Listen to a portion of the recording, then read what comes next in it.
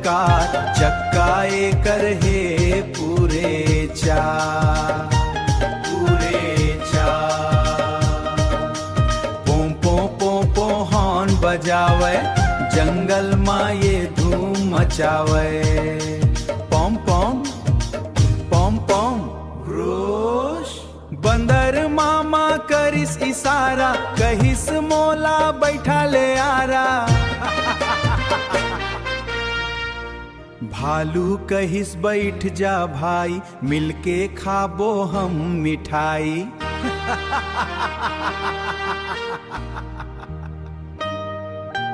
खी खी यम यम, रद्दा में मिलिस हाथी मोटा, पहिर के आगे लाल लंगोटा।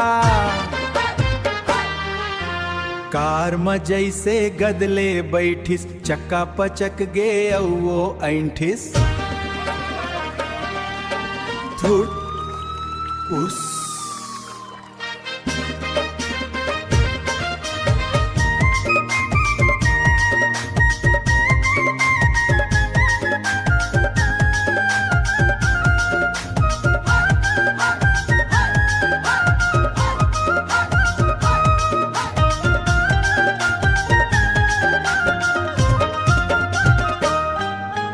आघू में आगे चिखला भारी, फंस गे ओमा कार बेचारी।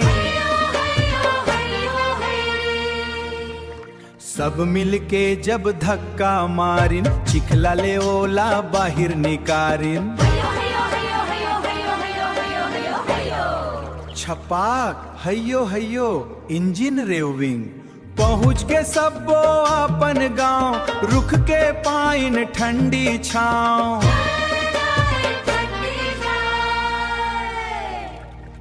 गरम समोसा मिलके खाइन, नाचिन गाइन धूम मचाइन।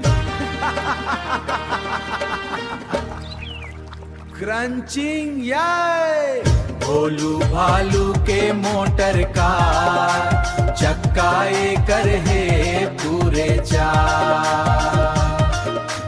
चक्का एकर है पूरे चार।